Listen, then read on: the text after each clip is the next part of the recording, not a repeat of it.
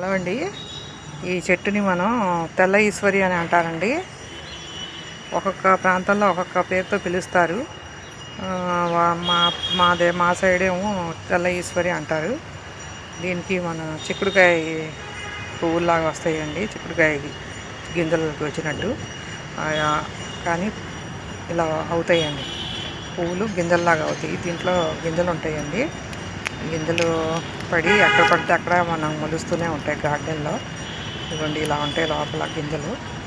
ఎండిపోయిన తర్వాత ఇంకెక్కడ పడితే అక్కడ అయ్యే మనకి వస్తూ ఉంటాయండి.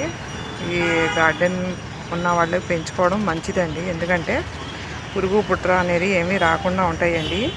ఈ చెట్లో ఉండే స్మెల్ వాటికి తెలిసిపోద్దండి, మనకైతే ఏమీ అనిపించదు అంతగా.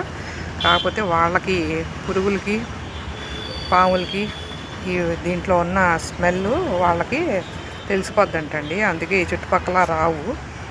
గార్డెన్ ఉండే వాళ్ళు పెంచుకుంటే మంచిదంటండి. అందుకని మా నర్సరీ నుంచి తెచ్చాను.